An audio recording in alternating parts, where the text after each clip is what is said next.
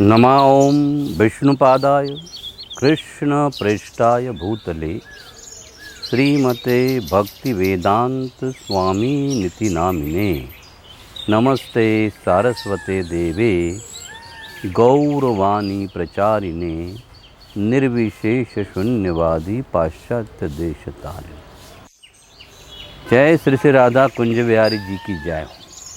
राधा कुंज बिहारी एवं श्री प्रभुपाद जी की कृपा से आज जिस विषय के ऊपर हम चर्चा करने जा रहे हैं, कई लोगों के मन में ये विचार आता है क्या पुनर्जन्म है या पुनर्जन्म नहीं है।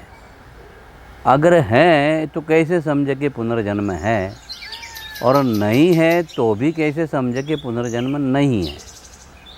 इसलिए वेदांत सूत्रों में एक विशेष बात आती है और उसके माध्यम से अगर हम जानने का प्रयास करेंगे तो हर कोई व्यक्ति पुनर्जन्म की जो भी उसकी धारणा हो, वो सही हो या गलत हो, वो इस विषय को सुनने के बाद में अपने आप ही वो समझ पाएगा कि वाकई यार पुनर्जन्म तो है और उसका प्रमाण क्या है। हर व्यक्ति के पास में पुनर्जन्म का प्रमाण है, लेकिन वो भूल चुका। कैसे?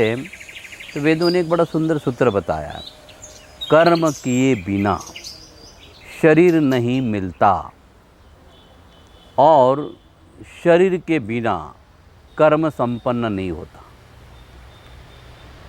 तो ये जो दो सूत्र हैं, उन सूत्रों को अगर भली भांति हम समझने का प्रयास करेंगे, पहला है कि कर्म के बिना शरीर नहीं मिलता है, और दूसरा है शरीर के बिना कर्म नहीं होता है। ये दोनों चीज़ें जो है अगर इसको एक साथ में मिलाई जाएगी तो व्यक्ति समझ सकता है।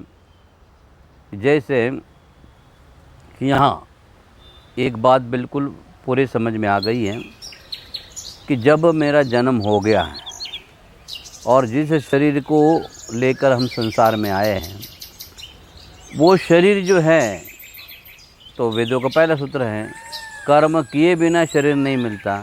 तो हमें आज शरीर मिला है, इसका मतलब कर्म का ही फल है। लेकिन आज जन्म हुआ और जन्म के वक्त जो शरीर हमें मिला है, वो शरीर हमें कब मिला? ये जन्म का तो फल नहीं है। अभी जन्म लेने के बाद में कर्म करने जा रहे हैं और फल तो बाद में मिलने वाला है।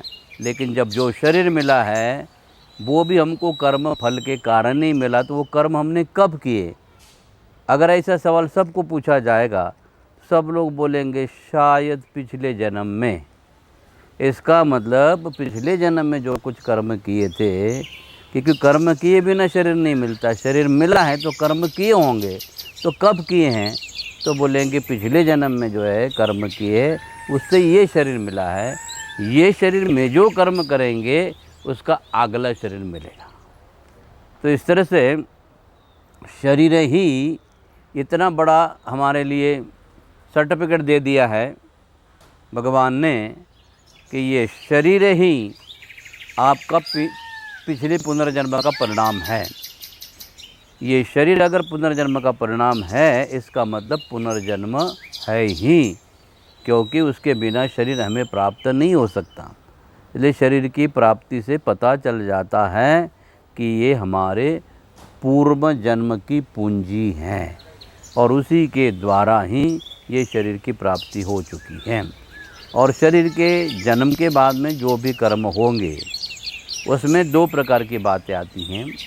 एक आता है जो भी हमारा प्रारब्ध होगा उसी के अनुसार जो जो घटनाएं घटित होगी उस कर्म के फलों को भुगतना है, और साथ साथ में सुख दुख भुगतते हुए भी नए कर्म का निर्माण भी किया जाता है।